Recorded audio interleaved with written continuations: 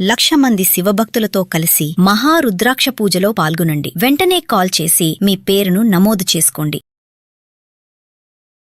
నమస్తే రమగారు. నమస్తే జయ. రమగారు, ఇంటి ముఖద్వారం దగ్గర కొన్ని వస్తువులు పెట్టుకోవాలి, కొన్ని వస్తువులు పెట్టుకోకూడదు లాంటి నియమాలు ఉన్నాయి. ఏమి ఉంచుకోవచ్చు? చాలా ఉంచుకోవచ్చు జయ. ముందు ముఖద్వారం శుభ్రంగా ఉంచుకోవచ్చు. ఫస్ట్ మొట్టమొదట సాధారణంగా అంటే మనని అడిగితే మన విధానమే కదా చెప్తాం జయ. అంతే కదా, సాధారణంగా మాట్లాడుకుందాం. సాధారణమైన ముఖద్వారాలు, వాకిళ్ళు శుభ్రంగా ఉండాలి ఎప్పుడు కూడా. ఇంటిని చూసి ఇళ్ళని చూడమంటారు. మన ఇల్లు క్లీన్గా, నీట్గా, టైడీగా, కళకళలాడుతూ కనపడితే మనతో చేసే ఉద్యోగ వ్యాపారాలు అవతల వాళ్ళకి సంతోషాన్ని కలిగిస్తాయి. ఇల్లు చక్కగా పెట్టుకుంటారు. ఇది ఒక కాంప్లిమెంట్ కదా. ఇప్పుడు ఇల్లు చూడంగానే క్లీన్గా ఉందనుకో, మన మీద ఒక పాజిటివ్ వైబ్ వస్తుంది అవతల వాళ్ళకి. ఇప్పుడంతా వైబ్స్ మీదే కదా నడుస్తుంది. అంతా వైబ్సే. నెగిటివ్ వైబ్స్ నాకు కొట్టేస్తున్నాయి, పాజిటివ్ వైబ్స్ మాకు వచ్చేస్తున్నాయి, టెన్షన్ వైబ్స్ కూడా మాకు వస్తున్నాయి. వాళ్ళు టెన్షన్ పడితే మాకు అంటుతోంది. వాటి మీదే మాట్లాడుకుంటుంది అంత. యంగ్స్టర్స్ అందరూ వైబ్స్ గురించే మాట్లాడతారు. చాలా పాజిటివ్ వైబ్స్ వస్తాయి నన్ను చూస్తే. అలాగే జరుగుతుంది. మన ఇల్లు కూడా పాజిటివ్ వైబ్ వచ్చేలాగా వాకిలి ఉంచుకోవాలి. ఎప్పుడో కిందటి పండక్కి 2 నెలల క్రితం కట్టిన మామిడి తోరణాలు తీరు, తాళ్ళు కడతారు, అవి తీయరు. పువ్వులు, బంతి పువ్వులు వేళ్లాడుతూ ఉంటాయి. అవి ఎండిపోయి కుంగి కునారెళ్ళిపోయి నశించిపోయి ఉంటాయి. కానీ అవే వేళ్లాడతాయి. పువ్వులు రాలిపోయి దారాలు మిగిలిపోతాయి. ఈ దారాలు గీరాలు ఉంచకండి. వాకిలి గుమ్మాన్ని శుభ్రంగా ఉంచుకోండి. ఎప్పటికప్పుడు తుడవండి. వాకిలి తలుపు, వాకిలి గుమ్మము శుభ్రంగా తుడవటం. విధానం ఉంటే చక్క గుమ్మానికి కాస్త పసుపు రాసి బొట్టు పెట్టటము, చక్కగా ముగ్గేయటము వాకిట్లో.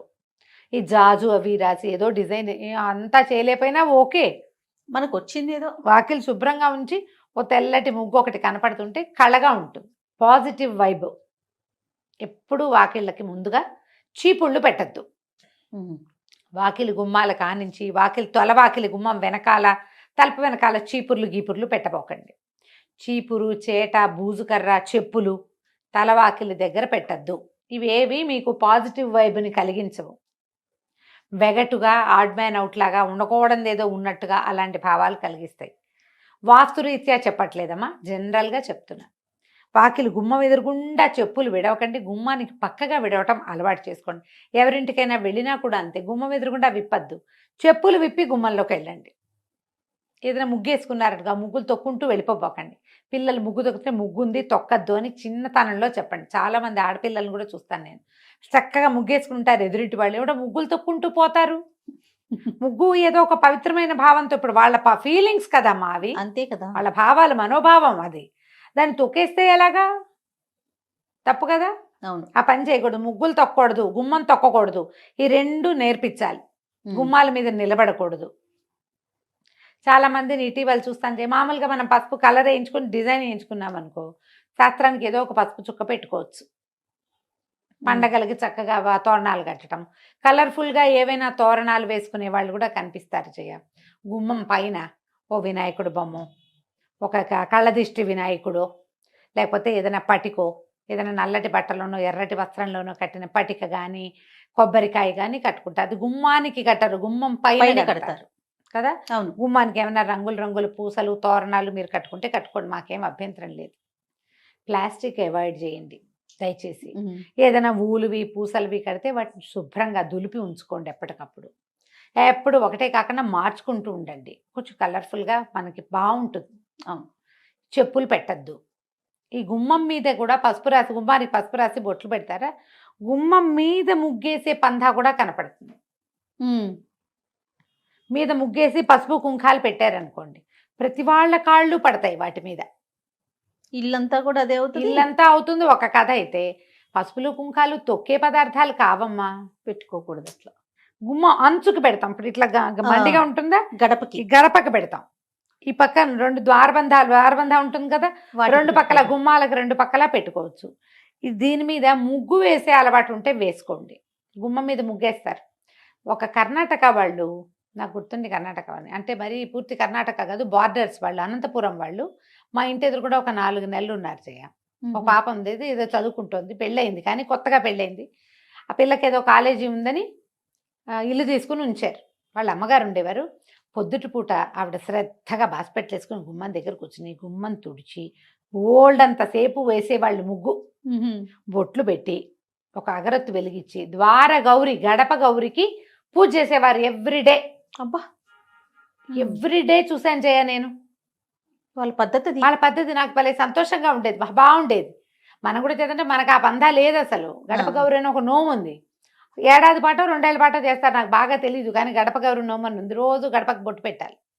లక్షణంగా వేసేవాళ్ళు. ఇప్పుడు కూడా లక్షణంగా ముగ్గులు వేసేవాళ్ళు మా కింది ఇళ్ళలో అందరి చోట్ల ఉన్నారు, అందరు వేసుకుంటారు. చాలా మంది సింహభాగం వేస్తారనుకో, అందరూ వేసుకుంటారు. శుభ్రంగా ఉంచేటప్పుడు పిల్లలకి చెప్పులు పక్కన విడవాలని అలవాటు చేయండి. ముగ్గు తొక్కద్దు, గుమ్మం తొక్కద్దు నేర్పించండి. ఇప్పుడు ఇవి పెట్టాల్సినవి ఏం పెట్టాలి గుమ్మం దగ్గర అంటే ఒక్కొక్కళ్ళు ఒక్కొక్క విధానం చెప్తారు. ఈ పూజా టీవీ, భక్తి టీవీ, పుస్తకాలు, వాటన్నిట్లలో కూడా మనకేం కనపడుతుంది, ఈ గుమ్మం మీద పాల చుక్కలు వేయండి.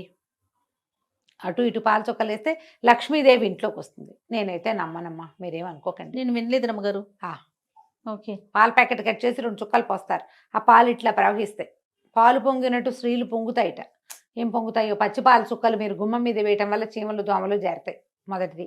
ముసమలు చేరుతాయి. రెండోది, కాస్త ఎక్కువ పోసారంటే కాలు జారి పడతారు. మూడోది, ఇల్లంతా పాల వాసన ఉంటుంది. నాలుగోది, పాలు నేల మీద పోయకూడని వస్తువులలో ప్రధానమైనవని దయచేసి తెలుసుకోండి. పంచామృతాల్లో ఒకటి. పసుపు కుంకాలు మంగళ ద్రవ్యాలు, అవి నేల రాలకూడదు. నెంబర్ 1. పాలు, పెరుగు, నెయ్యి, పంచదార, తేనె, ఇవి పంచామృతాలు. పాల కడలిలో అమ్మవారు పుట్టింది. వాకిట్లో పాలు పోస్తే పుట్ల, అది చెయ్యొద్దు. అదంత మంచి పద్ధతి అయితే కాదు. ఈ ప్రయత్నం మానేసుకోండి. చక్కగా ముగ్గేసుకోండి, నీట్గా క్లీన్గా ఉంచండి. ఒక కాళ్ళు తుడుచుకునే పట్టా ఏదో వేసుకుంటాం లోపల బయట. అవును, బయట ముగ్గేస్తారు కాబట్టి లోపల పట్టా వేసుకోండి, సరిపోతుంది. గుమ్మం ఎదురుగుండా కొంచెం మంచి పట్టా ఏదైనా దేవుడిదో ఏదైనా పెట్టండి, చాలు. ఇంతే సరిపోతుందమ్మా. గవ్వలు పెడదామా, శంఖాలు పెడదామా, అదేదో పెడదామా, అవి ఏవి పెట్టినా కూడా మన తత్వం, మన పరిస్థితి, మన గ్రహస్థితి బాగుంటేనే లక్ష్మీదేవి వస్తుంది.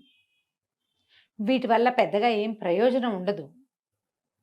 ఎందుకు ప్రయోజనం లేని పనులు చేయటము? పెట్టడం ఒక ఎత్తు అయితే దాని శుభ్రత కదా, శుభ్రత కేర్ తీసుకోగలిగితే పోనీ ఏమైనా ఏదో పెట్టుకోండి, మీ ఇష్టం. పెట్టకూడని వస్తువులు మొదటే చెప్పా, చెప్పులు పెట్టద్దు, చీపురు, చేట అలాంటి పెట్టద్దు. ముఖద్వారం వెనకాల ఏ వస్తువులు పెట్టపోకండి.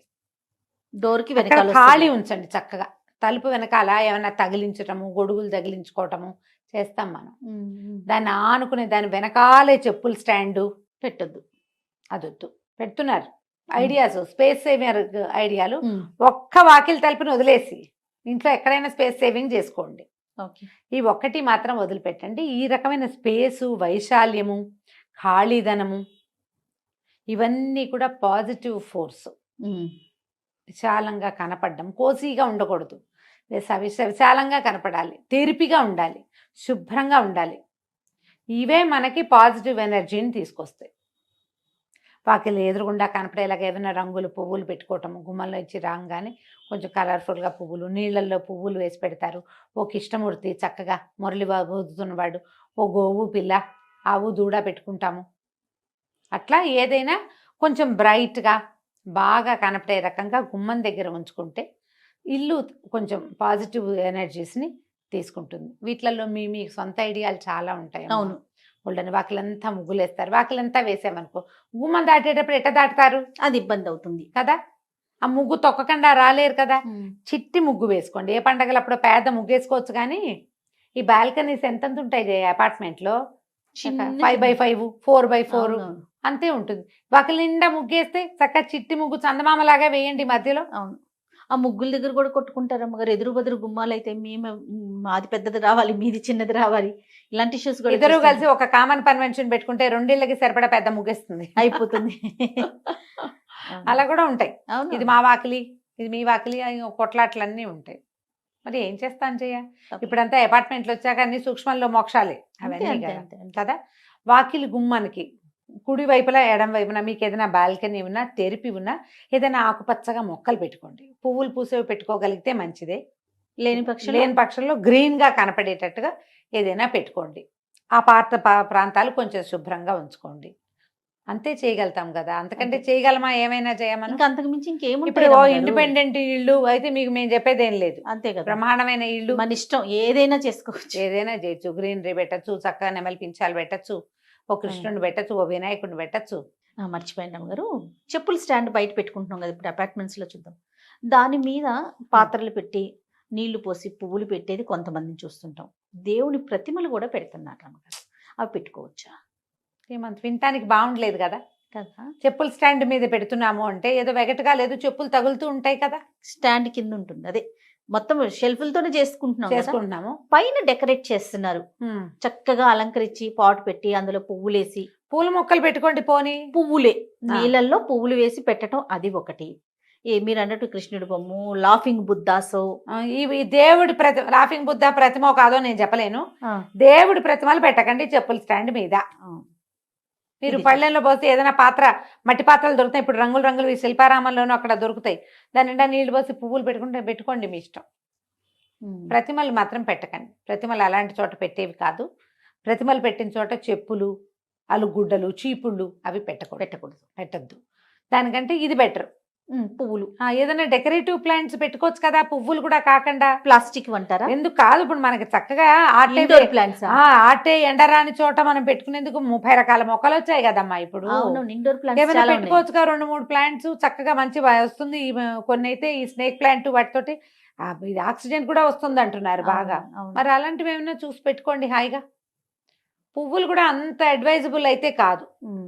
పువ్వులు మనం తొక్కేవి పారేసేవి కాదు కదా, జాగ్రత్తగా ఉంచుకోవాల్సినవి. మరి ప్రయత్నం చేసి చూడండి, మీ టేస్ట్గా అనుగుణంగా ఏం కుదురుతాయో అవి పెట్టుకోండి.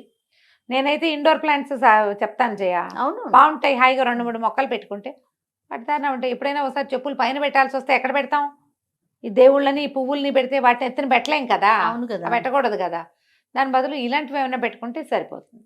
రైట్ రమ్మ గారు, నమస్తే. నమస్తే జయ.